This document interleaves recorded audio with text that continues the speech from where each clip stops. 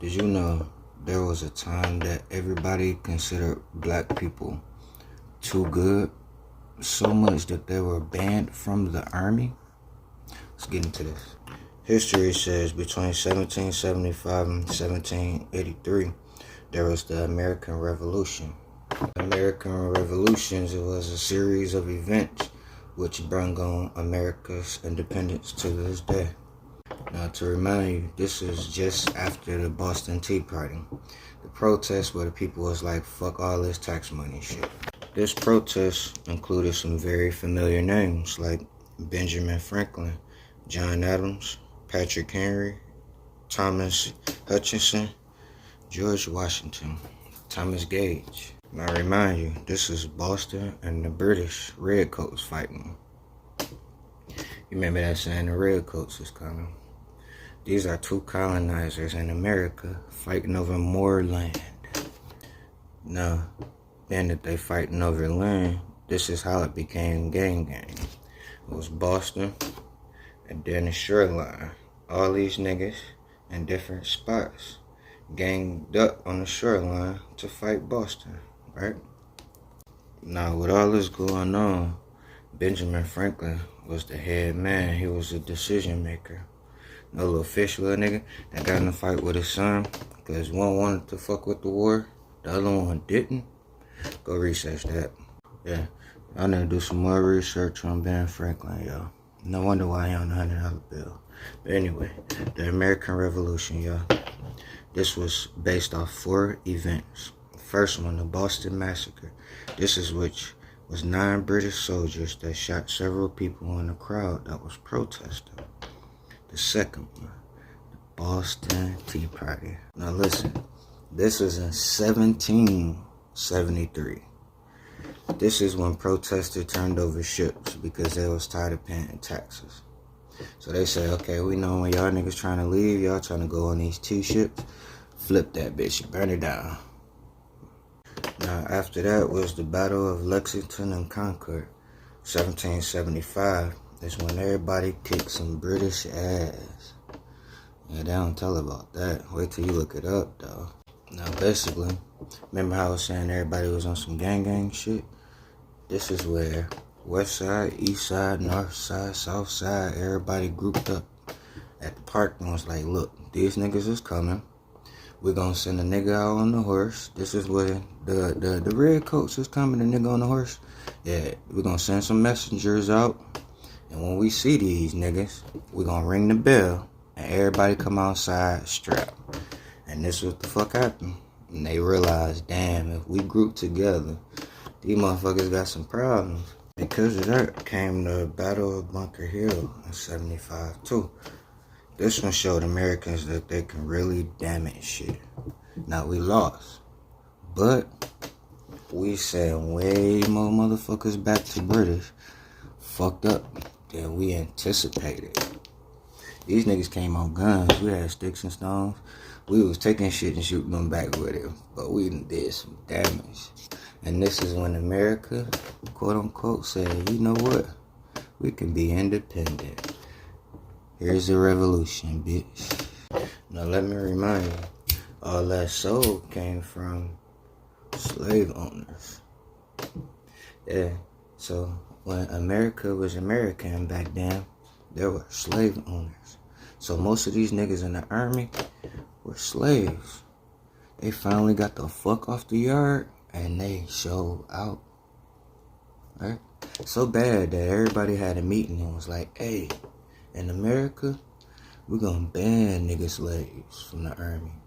Cause they just fucking shit up. If these niggas realize that they good at combat, what if they come home and do that to their slave masters? Yeah. So guess what? We cutting all slaves out the army. And guess what happened when British found out that shit? They seen that shit on Facebook. The Queen was like, okay. So look, if you a slave and you want to be free, bring your ass over here. Well, I'm gonna pay for your family and everything. And hire you in the army, give you guns, and you gonna go back and hunt down your slave owners. Alright, we're gonna take over that land. So guess what happened? Harriet Tubman seen that shit on Instagram, nigga. She stopped twerking and started working. Shit started happening, right? Guess who is the nigga that said we're gonna ban them? Yep, yours truly, Washington. Look at this shit. Loyalists they're protecting. With no access to the countryside, they are unable to forage for food or wood. Supply ships from England have yet to arrive. The people in Boston are running out of provisions and fuel. Across the river in Cambridge, Washington is battling his own war of attrition. With the year about to come to an end, so will many enlistments. And short-timers will soon be leaving in droves. And now, Congress is pushing him to let go of some of his most loyal soldiers. African Americans. Did you know Washington's right-hand man was a nigga? No, like, for real, look at this. The great irony is that the one man closest to the general is a black man, his slave, Billy Lee. Word.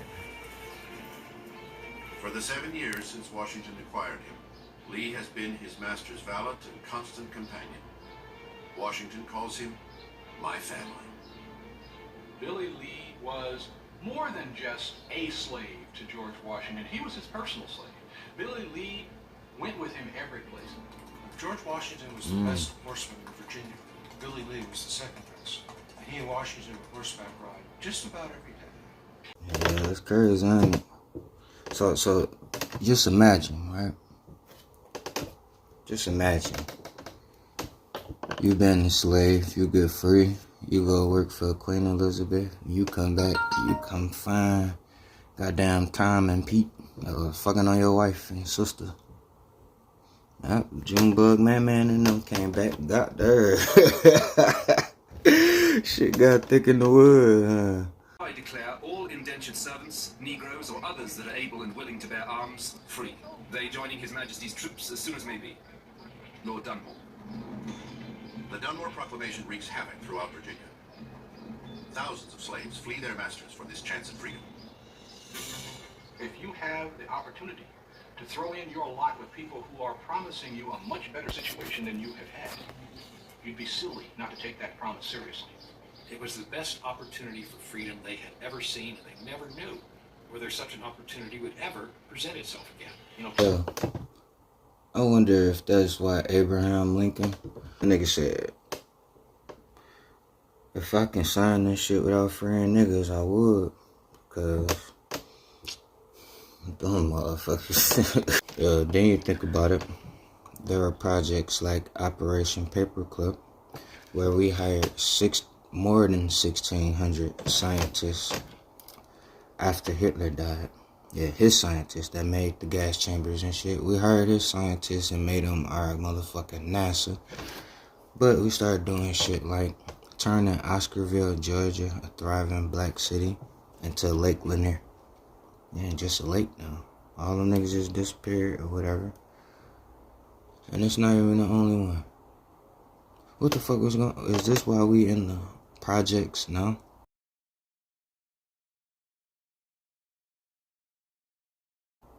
Is this still a project?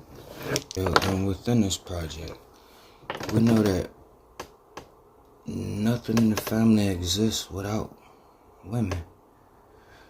When I was growing up, Big Mama held the hood down. So if I wanted to take out this project, all I have to do is control the Big Mamas, right? And it's scientific studies that black people spend the most. So if I wanted to get all of the money to control the everything, all I have to do is manipulate black women into buying or doing what the fuck I want. And my project, Ghetto. You know, Ghetto was a rat experiment. We did that shit. Y'all can Google it, but you know, y'all niggas too lazy to. I'm gonna just sit that there. American Revolution. Love y'all. One.